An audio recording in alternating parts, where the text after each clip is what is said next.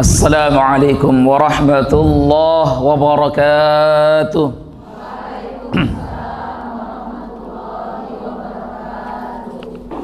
Alhamdulillahi rabbil alamin. Wabihi nasta'inu ala umurid dunya waddin. Wassalatu wassalamu ala ashrafil anbiya'i wal mursalin. نبينا وحبيبنا وشفيعنا وسيدنا ومولانا محمد وعلى آله وأصحابه ومن تبعهم بإحسان إلى يوم الدين. قال الله تعالى في القرآن الكريم: يا أيها الذين آمنوا اتقوا الله حق تقاته ولا تموتن إلا وأنتم muslimun. Kaum muslimin dan muslimat, a'azzakumullah wa iyaya. Alhamdulillahi rabbil alamin.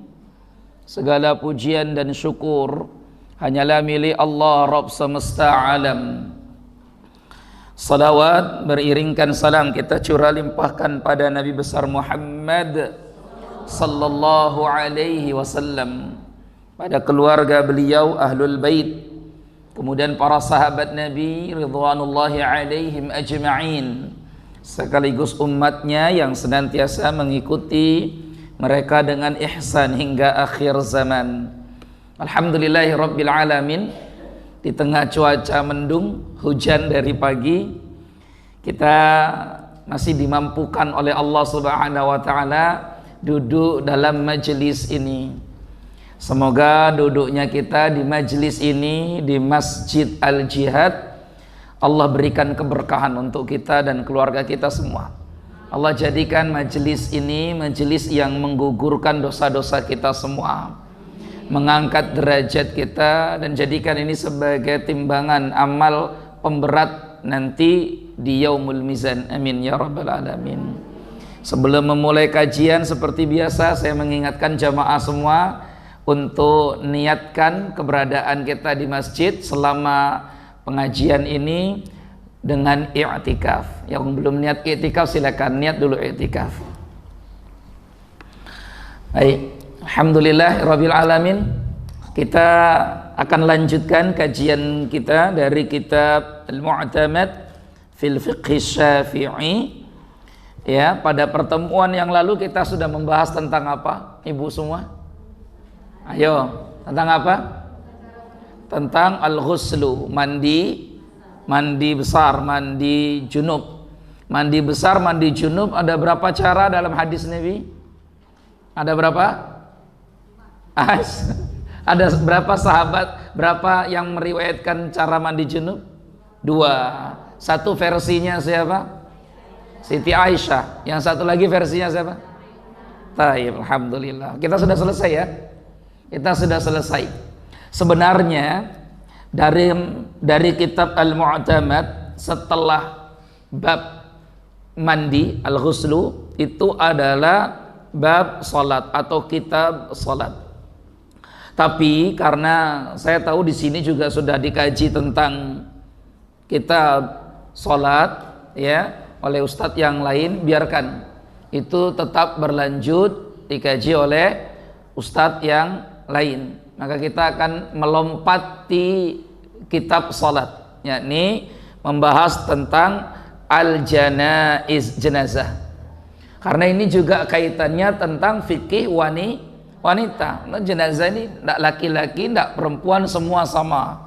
Kita mesti belajar segala macam hal terkait tentang al-janaiz, jenazah. Jadi kita akan ngaji tentang ahkamul janaiz, hukum-hukum tentang jenazah. Baik jamaah sekalian yang dimuliakan Allah, walikulli ummatin ajal, fa idza jaa ajaluhum la yastakhiruna sa'atan wa la yastaqdimun. Allah berfirman di dalam Quran surah Al-A'raf, setiap umat itu memiliki ajalnya masing-masing. Kalau ajalnya sudah datang, dia tidak bisa ditunda sebentar, sesaat sekalipun, tidak bisa. Kalau sudah ajal sudah datang. Jadi kematian itu adalah kepastian. Kapan waktunya itu rahasia Allah. Kita tidak diperintahkan untuk tahu kapan kita mati, tapi yang Allah perintahkan pada kita dan Rasulullah perintahkan untuk kita adalah mempersiapkan bekal untuk setelah mati. Itu yang paling penting tuh, mempersiapkan bekal untuk setelah mati. Karena saya buat analogi, gambaran bahwa kematian itu kan gerbang ya ibu-ibu semua. Dia pertama kali gerbang yang akan kita masuki untuk menuju akhirat. Sehingga salah besar orang yang mengatakan bahwa kalau ngelihat ada orang mati terus kita berucap telah menuju tempat peristirahatannya yang terakhir. Ini tidak boleh kalimat ini. Bahkan kalimat ini kalau diyakini bisa kufur. Kenapa? Karena dalam Islam kubur itu bukanlah tempat peristirahatan yang terakhir. Masih banyak lagi alam-alam berikutnya, episode-episode berikutnya yang kita semua akan hadapi. Mulai dari di dalam rahim, pindah ke dunia, setelah itu ke alam kubur. Sekian lama kita dikubur, tegaklah hari kiamat. Berpindah lagi ke kita ke alam barzakh. Di barzakh kita 50.000 tahun. Pindah lagi nanti hisab. Dari hisab ke mizan. Dari mizan terima catatan. Dari catatan rapot kita ke sirat. Dari sirat kita kontorah. Dari kontorah baru sampai apakah di surga atau di neraka. Panjang betul perjalanannya. Bekalnya harus banyak. Jangan nunggu pensiun baru mau berbekal. Ini problemnya kita hari ini, nunggu pensiun baru mau siapkan bekal. Syukur-syukur kalau nggak stroke. Nah kalau stroke maka makin susah lagi mempersiapkan bekal. Coba ibu bayangkan kalau perjalanan kita di dunia kurang bekal, kehabisan bekal, masih bisa kita usahakan. Kontak keluarga, minta tolong transfer, betul tidak? Atau jangan-jangan bisa saja kalau bahan bakar yang kita kekurangan, kendaraan bisa saja kita beli di pinggir jalan, banyak jualan, betul tidak? Tayyib. Tapi coba kalau kurang bekalnya di akhirat, ibu mau kontak siapa? Ayo, kira-kira ibu mau nilpun siapa? Mau minta tolong ke siapa? Suami. Ibu yakin suami cukup bekal? Tadi subuh ibu bangunin suami atau suami yang bangunin ibu? Ayo. Subuh tadi ibu yang bangunkan suami atau suami yang bangunkan ibu? Kalau yang membangunkan subuh tadi suami ibu, alhamdulillah. Berarti ibu punya suami yang benar. Pertahankan, jaga baik-baik itu ya, kalau perlu diawetkan.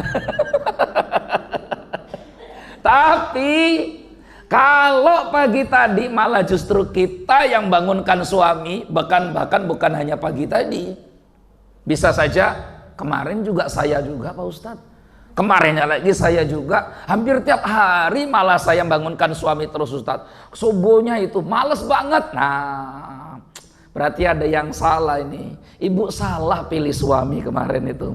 Ya. Terus gimana nih bagusnya nih Ustadz yang di rumah ini diapakan? Diapain? Ya, ibu perbaiki dulu. Kalau perlu diservis dulu. Kalau nggak bisa juga diperbaiki dan diservis, tuker tambah. Tuker tambah. Lawang suami itu kan idealnya menjadi qawwam. Ar-rijalu qawwamuna 'alan nisa. Suami itu idealnya adalah qawwam, pemimpin. Ibnu Katsir dalam tafsirnya menyebutkan makna qawwam adalah al-muallim, al-murabbi, al-muaddib. Suami itu qawam, pemimpin. Maksud pemimpin adalah muallim, guru. Suami itu mesti jadi guru untuk siapa? Istri. Harusnya.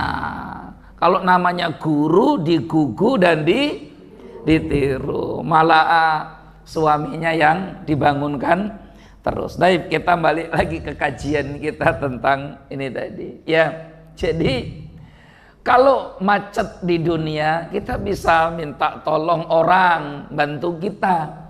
Tapi kalau macet di akhirat, siapa yang mau nolong kita? Sementara semua orang punya problem sama. Likulli imri'im minhum yawma idzin sya'nui yughni. Allah berfirman, setiap orang di hari kiamat, di akhirat, mereka sibuk ngurusi dirinya sendiri-sendiri. Makanya ketika kita berbicara tentang ahkamul janaiz, apa sih panduan-panduan Islam dalam urusan jenazah? Yang pertama bukan matinya yang penting, tapi persiapannya. Apa yang mau kita bawa? Karena kematian itu bukan peristirahatan yang terakhir. Jadi yang sudah ngaji di Masjid Al-Jihad nggak boleh lagi mengucapkan kalimat telah menuju tempat peristirahatannya yang masih panjang banget. Tempat istirahat terakhir kita itu di mana, Bu? Di mana? Yakin masuk surga nih? Alhamdulillah. Ini tumben pagi ini kok datangnya tepat waktu. Saya jadi malu. Biasanya saya datang awal-awal. Iya, malah saya terlambat pagi ini. Ini jangan-jangan karena ada door prize ya. Door prize-nya surga. Insya Allah. Baik, sekarang kita masuk tentang kitab Al-Janaiz. Makanya penulis ya kitab Mu'tamad Fiqih Syafi'i, Syekh Muhammad Az-Zuhaili juga menyebut tentang ini sebelum masuk bab jenazah. Yang dibahas pertama itu pasti zikrul maut, mengingat kalau sudah ingat kematian, yang pertama harus dilakukan adalah isti'dad lima ba'dal maut, mempersiapkan kira-kira apa yang kita jadikan bekal nanti setelah mati. Pertanyaan malaikat di kubur itu cuma 3 kok. Kisi-kisinya sudah diberitahu oleh Nabi 1400 tahun yang lalu. Kan ya, ibu mau ujian, kisi-kisinya udah diberitahu 100%, apa nggak enak tuh coba? Ya, anak-anak sekolah sekarang kan kalau mau ujian, Ustadz kisi-kisinya, Ustazah kisi-kisinya, Bu Guru kisi-kisinya. Ibu kasih 100% apa beri 60%? Kisi-kisi biasanya. Mana yang guru di sini? Ya, paling enggak kan kita beri gambaran, paling enggak 50% kisi-kisi kan? Tuh, saking baiknya Rasulullah 100% kisi-kisinya ibu dikasih semua. 1, pertanyaannya man rabbuka. 2, wa ma dinuka. 3, wa man nabiyuka. Udah 3 itu saja pertanyaannya. Nanti ya, ini training ya untuk ibu-ibu ya, yang mau duluan monggo silakan nanti ya, gitu. Pertanyaan pertama, siapa Tuhanmu? Apa agamamu? Siapa nabimu? Nah, apa yang kita lakukan hari ini adalah upaya untuk bisa menjawab 3 pertanyaan tadi itu. Jadi yang penting isti'dad lima ba'dal maut. Persiapan apa yang kita akan bawa? Tentu yang pertama taubat. Maka ketika berbicara tentang hukum jenazah, kita selalu berbicara tentang hukum taubat. Taubat dulu, perbaiki taubat terus. Terutama mohon maaf ya ibuku semua yang sudah 60 tahun nih. Ada yang 60 tahun di sini? Ayo yang 60 tahun segera taubat, sadar. Karena Rasul sebutkan itu umur 60 tahun masalahnya. A'dzarallahu mra'an balagha umruhu sittina sanatan. Allah masih berikan uzur pada seorang hamba hingga usianya sampai berapa? 60. Kalau udah 60 sudah mau dikasih umur berapa lagi? Beralasan terus, ya. Ya Allah mohon maaf kemarin lupa, ya Allah mohon maaf kemarin hilap, ya Allah kemarin sibuk, ya Allah. Sekarang udah umur 60 tahun. Nggak ada lagi kesibukan kecuali harus mempersiapkan akhirat. Ada yang 60 tahun sini Bu Kusuma? Ada? Lebih ya bahkan ya? Oke, lebih. Karena nanti menyesal kita kalau tidak persiapan. Taubat ya. Kemudian khosatan al-madzalim fi huquqil ibad, terutama kalau itu kaitannya tentang kezoliman. Makanya coba lihat Rasulullah itu sebelum meninggal dunia wafat, kan Nabi wafat hari Senin tanggal 12 bulan Rabiul Awal. Nabi meninggal dunia 12 Rabiul Awal, hari Senin. Itu hari Sabtunya dalam riwayat Nabi itu masih sholat di masjid. Terus Nabi memaksakan untuk bicara. Apa yang Nabi mau sampaikan? Menyampaikan kalau ada orang selama hidup Rasulullah pernah disakiti, pernah dizolimi, tolong hari ini halalkan kezoliman itu. Maksudnya dihalal itu bukan diikhlaskan saja. Kalau pernah ada yang dizolimi, silakan kalau mau balas, balas sekarang. Daripada nanti dibalasnya di mana Bu? Di akhirat.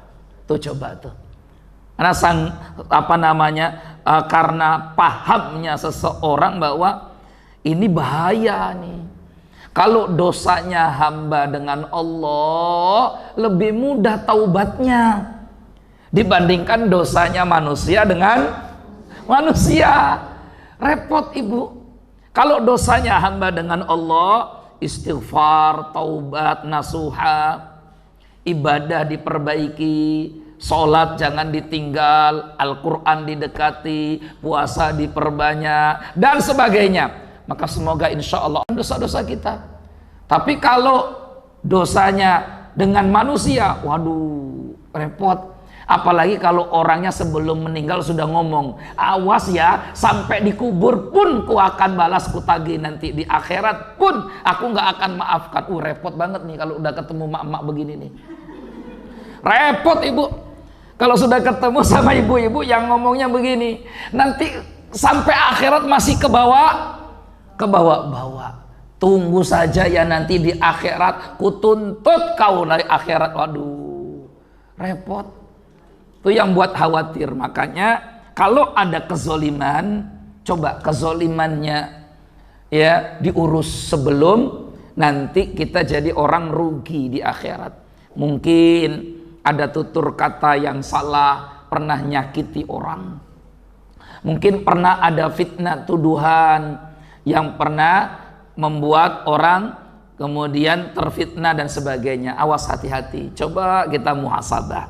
Ini namanya isti'dad sebelum mati, persiapan sebelum mati. Ya. Terus begitu. Berikutnya adalah yustahabbu lil marid an yatadawa. Dianjurkan bagi orang sakit untuk berobat. Kan ada taubat. Kalau zolimnya segera diselesaikan. Apakah kezoliman itu kaitannya harta atau kezoliman itu kaitannya nama baik? Kalau harta berarti mungkin dulu kita pernah ngambil barang orang tapi nggak ngaku. Ada kan begitu kadang? Makan punya orang tapi nggak ngaku, kan lagi nakal-nakalnya dulu, kan begitu masalahnya. Tapi kalau perempuan mah jarang yang nakal ya Bu ya. Katanya kalau perempuan jarang nakal katanya. Betul enggak? Ya. Kan biasanya laki-laki yang suka begitu, makan, jajan, habisnya 5, ngakunya 3. Kalau perempuan mah enggak ya. Enggak ngaku itu tadi. Awas, kalau itu zolim kaitannya harta, segera diselesaikan. Kalau itu zolim kaitannya fitnah keji, kembalikan nama baiknya. Minta maaf pada orangnya. Gitu ya. Kalau sudah wafat Ustadz, orangnya bagaimana? Doakan selalu. Doakan selalu orang itu, mohonkan ampun. Baik, berikutnya tadi tadawi, cari pengobatan.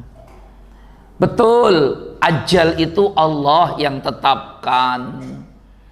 Mau diobati seperti apapun, kalau ajal sudah jatuh nggak akan pernah bisa disembuhkan. Tapi kita ini kan tidak tahu ajal kita ada di mana.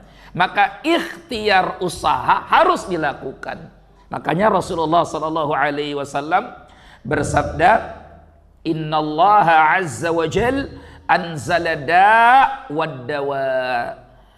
Ya, sesungguhnya Allah turunkan penyakit dan turunkan pula obatnya. Dalam hadis yang lain Rasul bersabda, Innallaha idza anzala da'an, innallaha lam yunzil da'an illa anzala lahu syifaan. Sesungguhnya Allah tidaklah menurunkan penyakit kecuali pasti menurunkan pula obatnya. Fatadawaw ya ibadallah. Maka carilah pengobatan, hei hamba Allah. Betul, mati itu pasti, tapi ikhtiar usaha harus. Cari kesembuhan, berobat dan sebagainya. Toh Rasulullah juga berobat kan waktu sakit. Berobat Nabi itu waktu sakit. Di antara pengobatan yang Nabi lakukan itu ada berobat dengan Al-Quran. Siti Aisyah datang bacakan Al-Quran, surat Qul huwallahu ahad, Qul a'udzu birabbil falaq, Qul a'udzu birabbin nas, Al-Fatihah, ditiupkan ke tangan, usapkan ke badan mana yang sakit-sakit. Itu bagian dari pengobatan terapi. Nabi perintahkan Ali bin Abi Thalib dan sahabat yang lain untuk cari air dari 7 mata air yang berbeda-beda. Ambil air dari 7 mata air, bukan ledeng ya, 7 mata air, bukan 7 ledeng. Terus setelah dikumpulkan, dijadikan satu, dimandikan ke Rasulullah, karena Rasulullah demamnya nggak turun-turun. Setelah dimandikan dengan 7 mata air itu, alhamdulillah, Allah jadikan demamnya hilang ringan sehingga beliau bisa sholat berjamaah lagi. Jadi ada Nabi pernah berobat dengan itu. Ya, makanya berobat itu aturannya 2. Yang penting nih, supaya kita ini ketika berobat benar secara syariat dan tidak jadi dosa. Aturan yang pertama, ketika ibu mencari pengobatan mesti syar'i. Aturan pertama apa? Syar'i.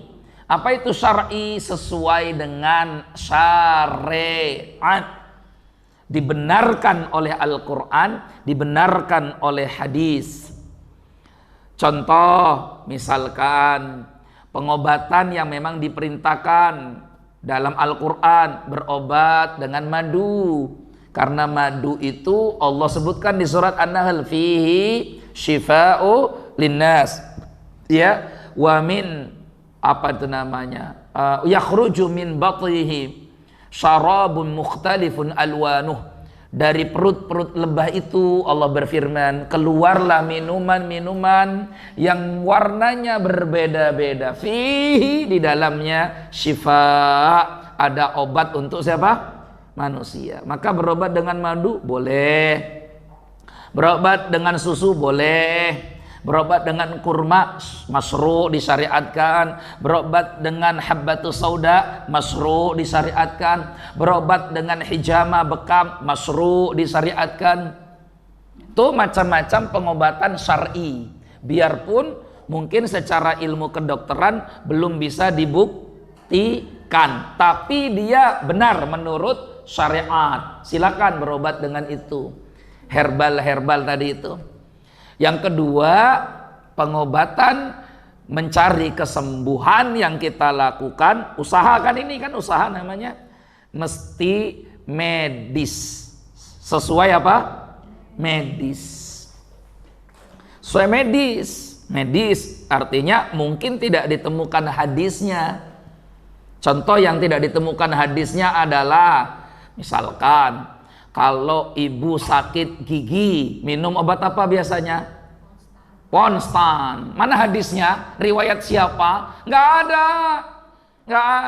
Nggak ada Nabi katakan man kana masnunan falyashrab postanan. Nggak ada. Siapa yang sakit gigi minumlah Ponstan. Nggak ada. Ya, nggak ada hadisnya bunyi begitu. Tapi secara medis terbukti ya bahwa Ponstan itu dapat mengurangi atau menyembuhkan sakit gigi. Terbukti dia. Nah, kalau berobat begitu aturannya, Ibu. Jangan sekarang ini berobat apa? Ke sana. Emang obat apa sih di sana? Oh, ini pengobatannya memang apa namanya? Tapi terbukti ampuh kok. Loh, apa sih pengobatannya? Nggak ada apa-apa. Cuma Ibu kalau berobat ke sana bawa ayam. Nanti sakitnya dipindahkan ke ayam. Iya. Nanti sakitnya dipindahkan apa? Ke ayam. Jadi ibu-ibu yang pusing kepalanya, migrain, pindahin kemana? Ayam. Malah ayamnya muyang-muyang. Ada yang jantungnya pindahkan ke kambing, kan itu ya. Malah kambingnya asal lari 10 meter malah pindah. Astagfirullah. Tapi ada nggak umat yang percaya sama pengobatan begini? Ada. Awas, hati-hati. Berobat itu dua. Timbangan tinjauannya. Pertama mesti syar'i, yang kedua apa? Medis dan klinis. Medis klinis. Itu saja sudah. Maka sudah, ibu sakit, minta kesembuhan pada Allah. Cari pengobatan dalam Quran. Coba ada nggak dalam hadisnya? Cari herbalnya. Selesai. Nggak juga alternatif. Coba ke dokter, ke rumah sakit, cari pengobatan sehingga tidak jatuh pada dosa. Karena khawatir justru nanti bisa jatuh kepada kesyirikan kalau berobat ternyata bukan pada tempatnya yang tepat.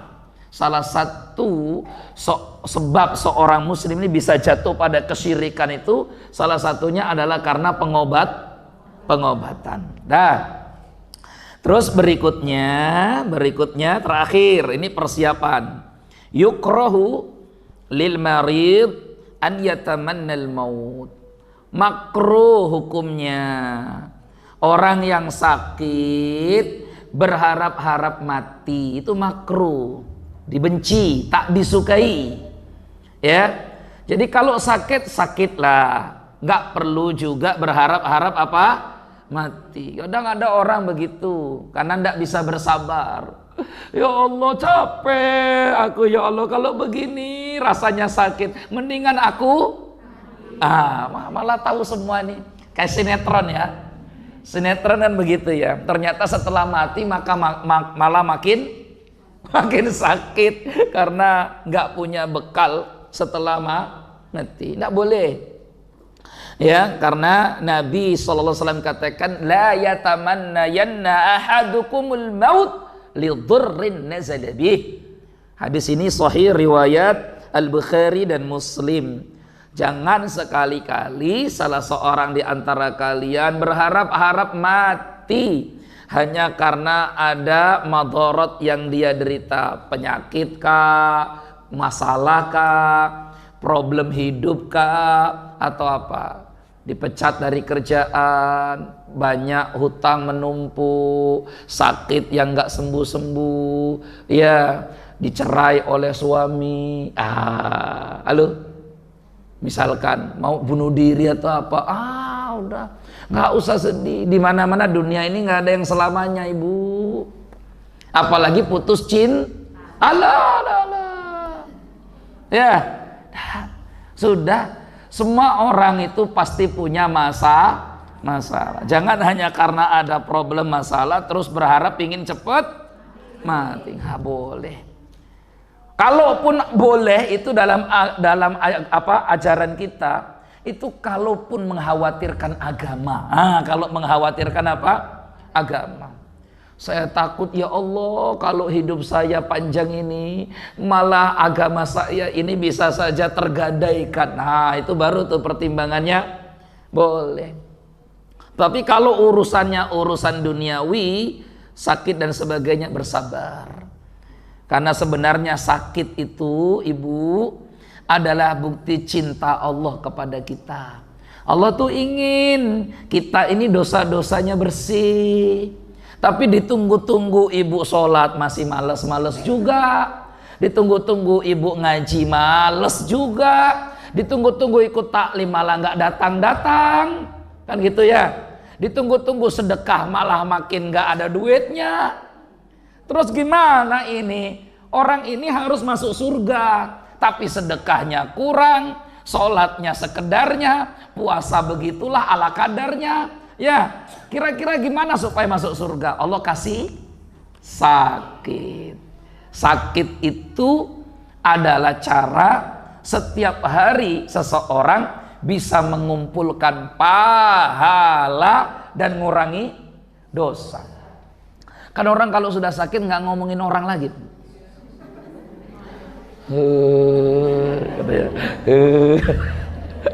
Ngomongin orang kan ya? Nggak ada orang sakit. Bu, tahu nggak bu tangga kita bu? Ada. Nggak ada. Orang sakit tuh ingat akhirat. Dosa dikurangi, pahala ditambah. Maka kenapa sebelum wafat biasanya Allah berikan penyakit ke kita? Karena Allah cinta kepada kita. Allah ingin hambanya sebelum dipanggil pahalanya bertambah, dosanya dikurangi. Begitu. Halo, pingin sakit nggak bu? udah diajari malah nggak pingin. Ya ibu kalau mau meninggal pingin sakit dulu atau nggak sakit dulu? Malah pusing jawabnya. Ya. Sakit nggak ya Ustadz ya? Sakit nggak ya? Pengennya sih saya itu ninggalnya Ustadz waktu sujud dalam sholat kayak yang viral-viral itu. Itu asli bukan konten. Kalau ibu nggak bisa konten malah nggak mati-mati. Itu berarti dia jujur dengan doa dan imannya. Beliau yang diwafatkan dalam sujud itu karena jujur dalam iman dan doanya. Maka kalau kita ingin diwafatkan seperti itu, jujurlah dalam iman dan doa kita. Gitu ya, jujur. Lanjut sekarang berikutnya. Kalau sudah wafat, meninggal dunia, apa yang harus dilakukan? Tapi sebelum itu ada sunnah yang dianjurkan, iyadatul marid. Kita mengunjungi orang yang sakit. Kan ini teman kita yang sakit, saudara kita yang sakit, tetangga kita yang sakit, jamaah masjid yang sakit. Wallahu alam, takah sakit itu mengantarkan kepada wafat atau sakit sekedar menggugurkan dosa. Kan tidak semua yang sakit ujungnya mati. Sepakat ibu? Sepakat. Karena ada orang yang dari dulu sakit sampai sekarang nggak mati-mati. Betul nggak? Ya, maka ada syair Arab mengatakan, wakam ya min saqimin asyahina minad dahri, wakam min saya lupa ini ya.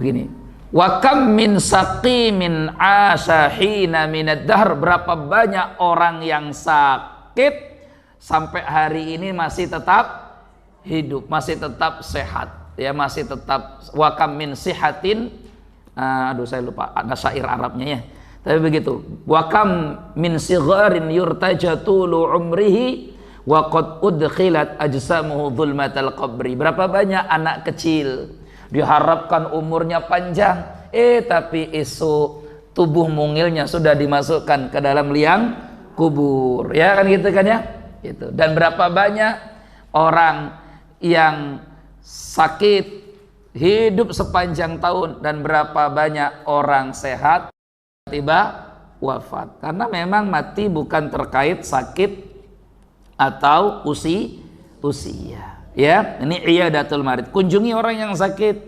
Karena kata sahabat Al-Bara bin Azib, amarna Rasulullah sallallahu alaihi wasallam bittiba'il janaiz wa iyadatil marid.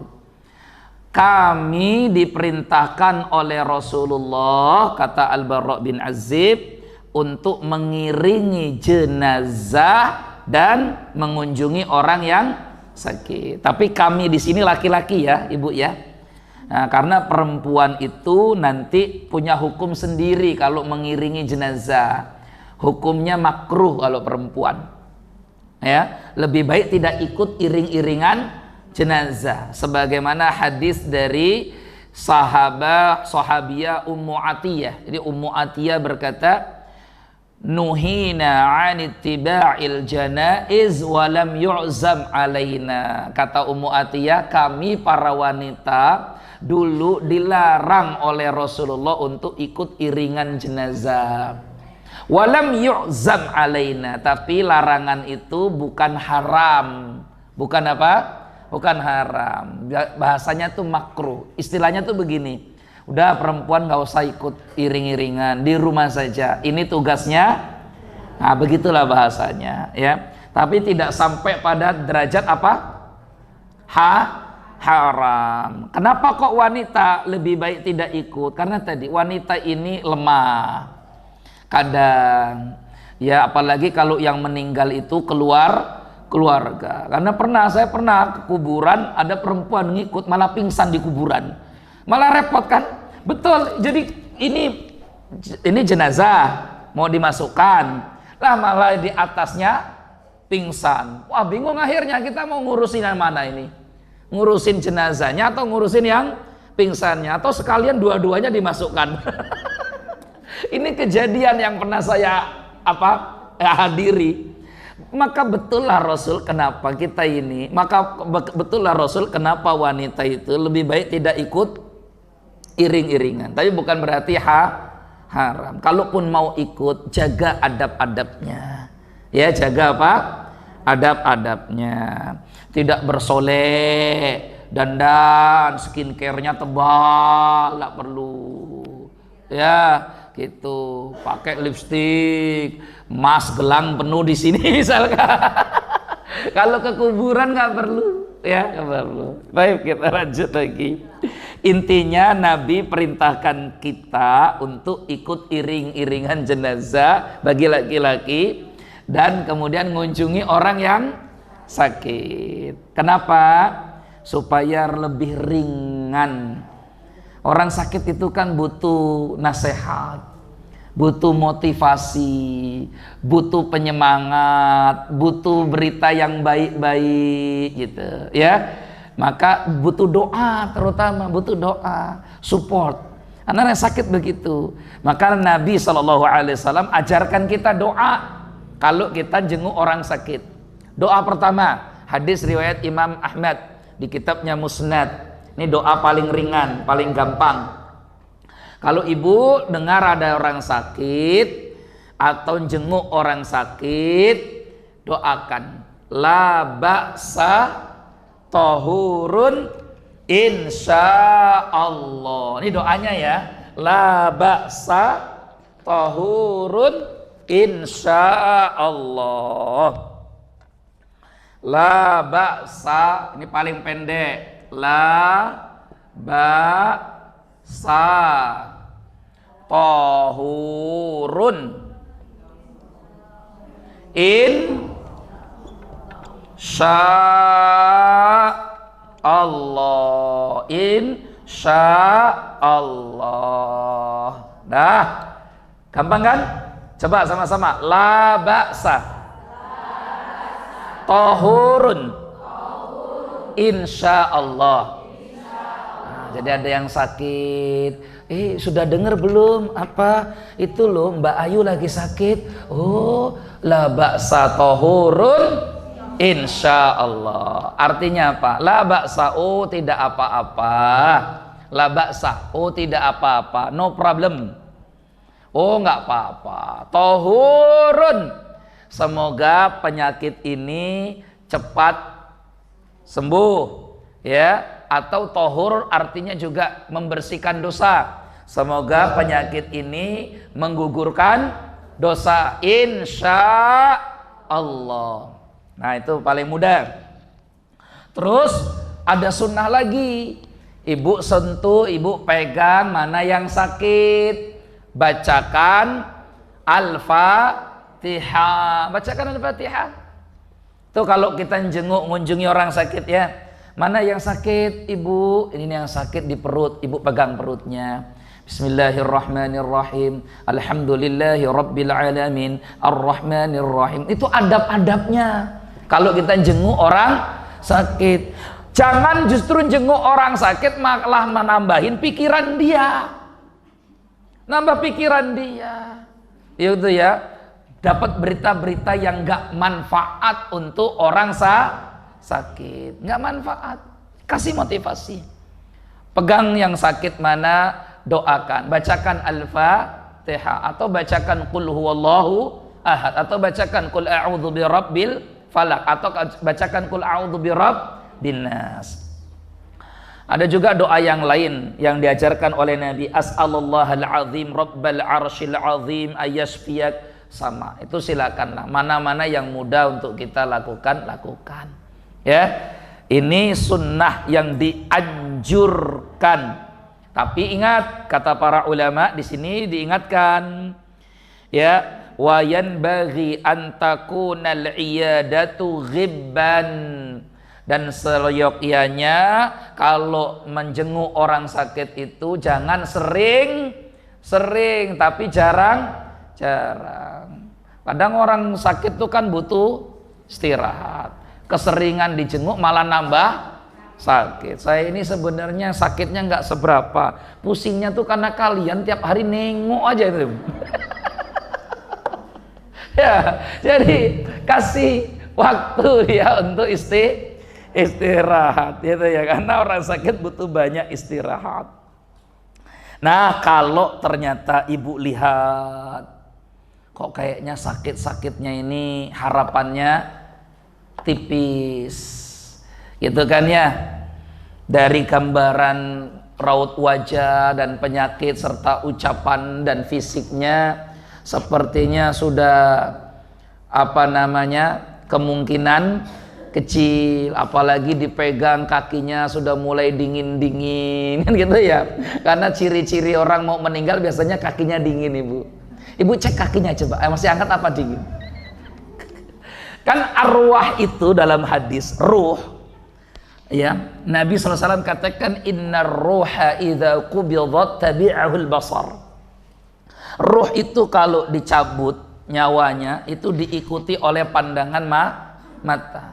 Makanya ruh itu dicabutnya itu dari bawah, kaki naik ke atas, saya ke atas sampai nanti di kepala ya. Itu makanya biasanya orang mau wafat itu yang paling bereaksi pertama kali atau paling cepat berubah pertama kali dari mana? Ujung kakinya. Dari ujung kakinya pertama dingin ya gitu. Ibu pernah ngecek kan ya, dingin kan ya awalnya kan gitu. Baik, kita sekarang masuk adabul muhtadhar. Adab kalau kita jumpai orang yang akan meninggal dunia ya. Ini kita sedang memposisikan diri kita ini yang hadir di sana, bukan yang akan meninggal. Disebut dengan adabul muhtadhar. Al-muhtadhar artinya orang yang akan meninggal. Ya, huwa man hadarahul mautu wa lam yamut. Al-muhtadhar adalah orang yang akan meninggal, belum meninggal. Wa innama dhaharat alaihi alamatul mauti, tetapi nampak dari dirinya itu tanda-tanda kematian. Dimulai dari sakarat itu tadi ya, sakarat. Maka ada beberapa hal yang harus kita lakukan kalau kita melihat ada yang sekarat di hadapan di dekat kita. Yang pertama al-idja'. Apa itu? Dibaringkan. Orang mau meninggal dibaringkan ke posisi yang benar, yang bagus ya, yang pas. Apa itu posisi yang pas? Yundabu idja'ul muhtadhar ala sahih ala janbihil aiman. Disunnahkan orang kalau mau wafat itu baringkan miring ke kanan. Baringkan miring ke kanan.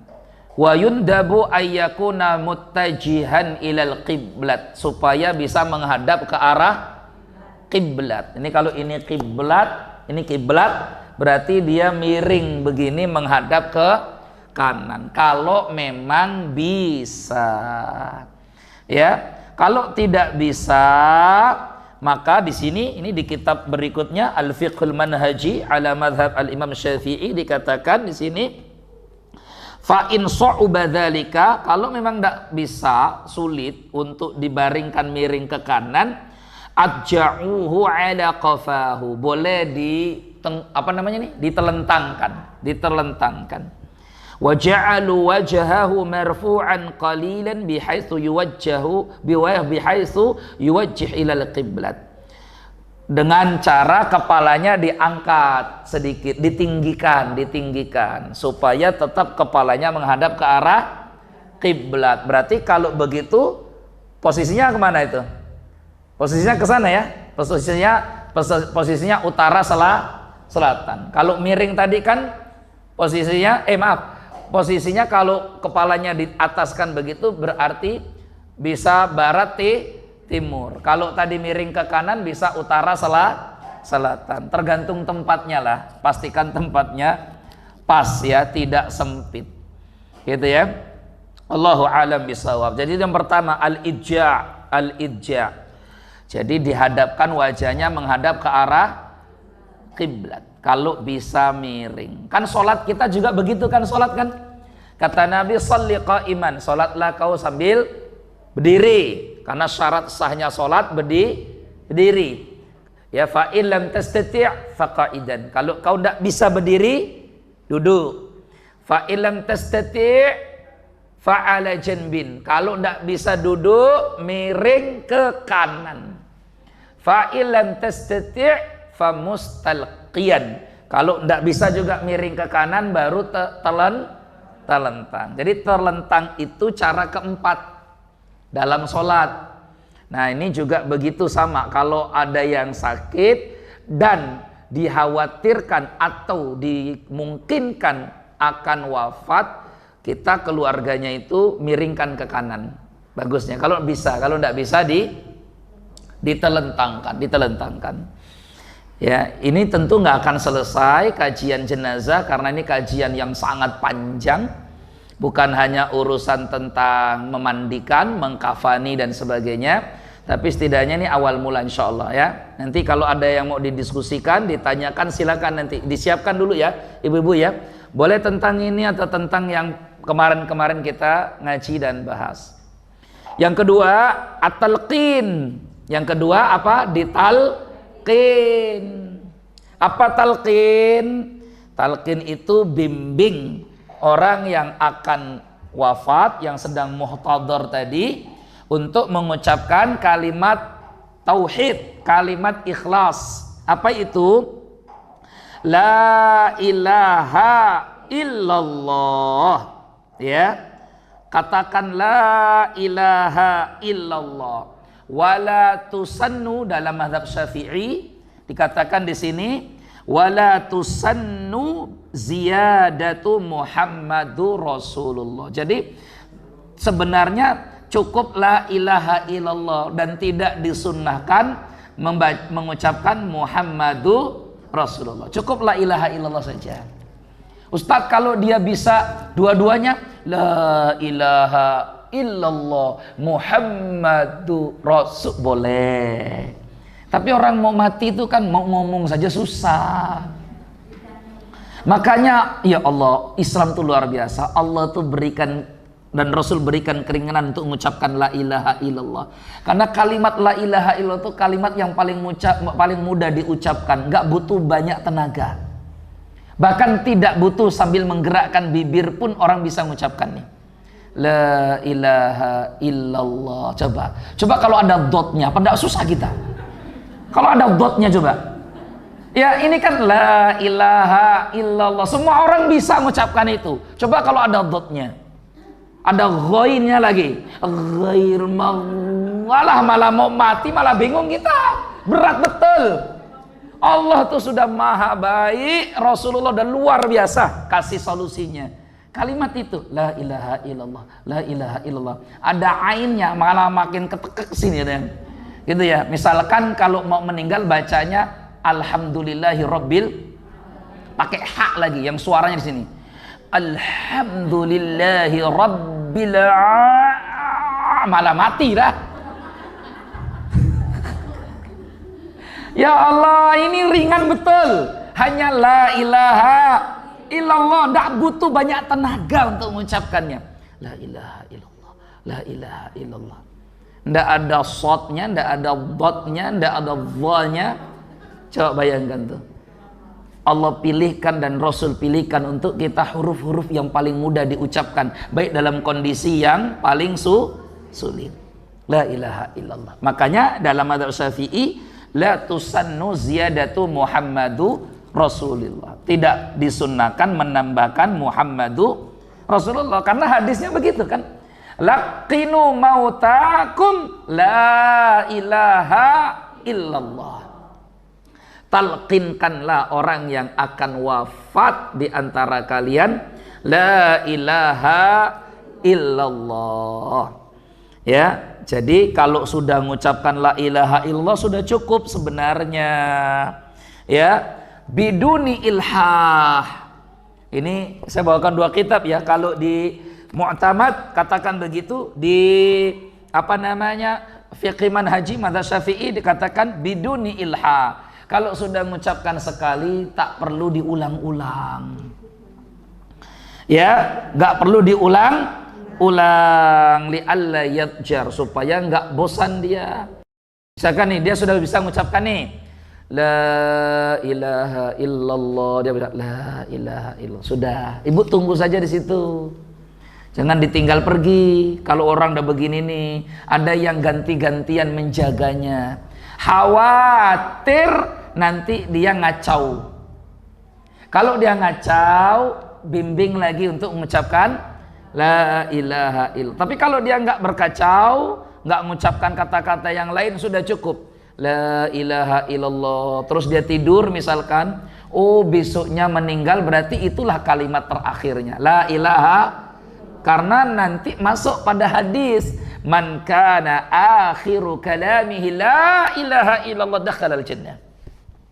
Siapa saja yang ucapan akhirnya la ilaha illallah, pasti dia masuk surga. Itu la ilaha illallah. Maka cukup kalau dia sudah ucapkan, sudah, nggak usah diulang. La ilaha illallah, la ilaha illallah, la ilaha illallah, la ilaha. Malah dia capek katanya ya. Orang mau ninggal ndak seperti orang sehat. Sudah cukup sekali, sudah cukup. Ya, ibu tinggal tunggu bila-bila dia berucap yang lain, maka kita kembalikan ucapan la ilaha illallah. Itu namanya talqin. Talqin, ya. La ilaha illallah. Itu pentingnya kalimat ini dan luar biasanya kalimat la ilaha illallah. Makanya la ilaha illallah itu kita hidup dengan la ilaha illallah, mati pun dengan la ilaha illallah. Dengan la ilaha illallah pun nanti kita dibangkitkan. Loh, ya. Maka pegang betul la ilaha illallah, ya Allah, jaga betul-betul jangan sampai keluarga kita murtad dari la ilaha illallah. Jangan. Ya. Makanya Nabi Ibrahim itu pastikan anak-anaknya jangan sampai berpaling dari Allah.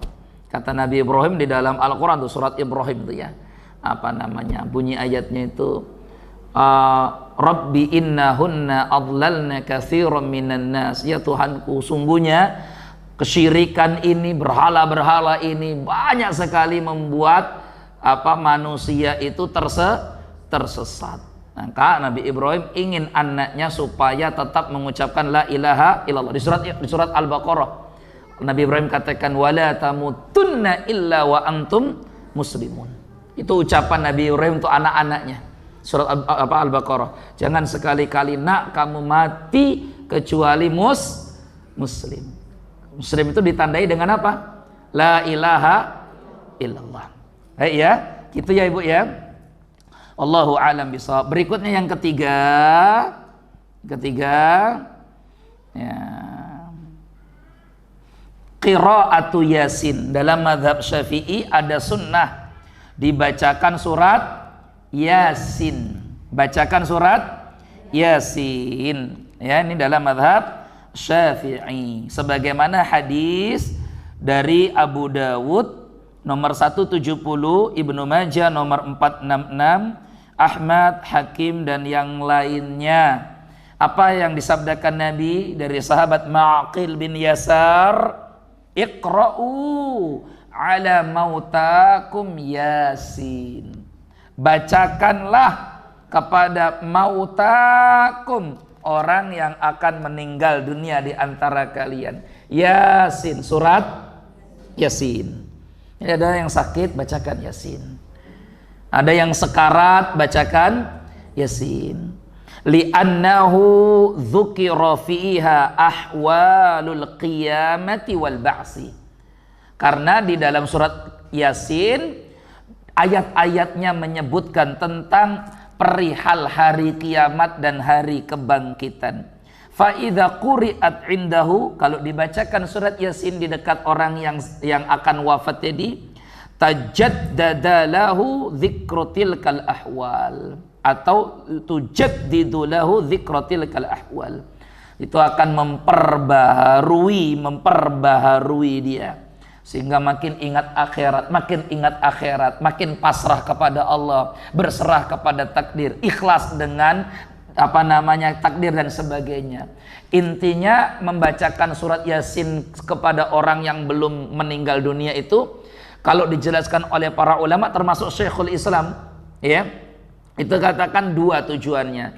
Satu, kata Syekhul Islam, kalau ternyata orang yang sakit ini dia belum ditakdirkan wafat, meninggal, maka semoga surat Yasin ini menjadi mempermudah kesembuhannya. Tapi kalau dengan dibacakan Yasin kepada orang yang sakit ini, yang dia akan wafat meninggal dunia, maka semoga dengan surat Yasin ini jadi perantara dia diringankan kematiannya. Itu dibacakan surat Yasin. Ya, bacakan surat Yasin. Ini orang meninggal sakit begitu, tidak masalah. Atau dibacakan Al-Quran, surat-surat yang lain. Tapi ini Yasin karena berangkat dari hadis Nabi Sallallahu Alaihi Wasallam dalam riwayat Ibnu Hibban dan Abu Dawud. Iqra'u ala mautakum Yasin. Bacakanlah kepada orang yang akan meninggal dunia di antara kalian surat Yasin. Ya, Ibu bacakan Yasin, dan sebagainya. Karena cerita di Yasin itu kan ada cerita kematian, ya, ada cerita dibangkitkan, ya, ada cerita nanti dikubur akan dibangkitkan. Maka mereka katakan, qalu ya wailatana man ba'athana min marqadina hadza ma wa'ada ar-rahmanu wa sadaqal mursalun apa mursalin? Mursalin apa mursalun? Mursalun. Ya, mursalun. Jadi saudaraku yang dimuliakan Allah, itu ada yang dibangkitkan sadar, ada yang dibangkitkan nggak sadar karena tahu tujuan. Kenapa kok mengatakan hadza ma wa'adar rahman, inilah yang Allah janjikan? Karena dia sudah persiapan untuk hari itu. Tapi orang yang nggak punya persiapan, mereka katakan man ba'atsana mim marqadina, siapa yang bangkitkan kami ini dari begini nih darah. Ya, maka karena sudah punya persiapan itu. Taib. Yang terakhir ya. Satu sebelum terakhir. Nanti kalau mau didiskusikan silakan. Yang keempat, husnudzon billah. Baik sangka kepada Allah, jangan suudzon. Ini penting nih. Siapa saja yang akan meninggal dunia wajib husnudzon kepada Allah. Apa husnudzon kepada Allah itu apa gambarannya? Dikatakan di sini wa ma'nahu, karena dalil Nabi ya, Nabi itu kan bersabda, ini termasuk hadis terakhir yang Nabi sabdakan sebelum meninggal dunia. Nabi bersabda di hadis sahih riwayat Imam Muslim, Nabi bersabda, Imam Ahmad, riwayat Abu Dawud dan Ahmad, Nabi bersabda, la yamutanna ahadukum illa wa huwa yuhsinu dzan billah. Jangan sekali-kali salah seorang kalian meninggal kecuali dia harus berhusnu dzan kepada Allah. Apa gambaran husnudzan kepada Allah itu? Satu, bi annallaha ta'ala yurhimuhu. Allah pasti akan merahmati dia. Itu namanya baik sangka. Jangan buruk sangka. Kalau buruk sangka pasti saya disiksa nih sama Allah nih. Pasti disiksa nanti ini. Masuk neraka nih pasti saya ini. Itu namanya buruk sangka. Sama lah kayak ibu nih mau datang ke rumah orang tua, mau ngutang. Baik sangka, pasti dikasih sama ayah ini. Ayah kan baik orangnya mah, sayang sama saya. Kalau ngutang pasti dikasih. Jangan ibu buruk sangka dulu, pasti nggak dikasih. Tuh kan apa? Ketuk pintu aja nggak dijawab-jawab, pasti nggak dikasih. Tuh namanya ibu buruk sangka. Ana inda dhanni abdi bih, kata Allah, saya sesuai prasangka hambaku. Jadi ibu wajib prasangka baik-baik sama Allah, nggak boleh buruk, nggak boleh. Ya, husnudzon tuh wajib kepada Allah, suudzon haram, nggak boleh. Ibu suudzon ke orang apa hukumnya? Ibu suudzon ke orang apa hukumnya? Ibu suudzon ke saya apa hukumnya? Dosa. Suudzon ke Allah lebih lagi itu. Bahkan bisa kufur. Maka wajib kita baik sangka kepada Allah. Apalagi orang yang mau wafat, apalagi orang yang sakit, baik sangka kepada Allah. Ini pasti Allah sayang ke saya, makanya saya dikasih sakit.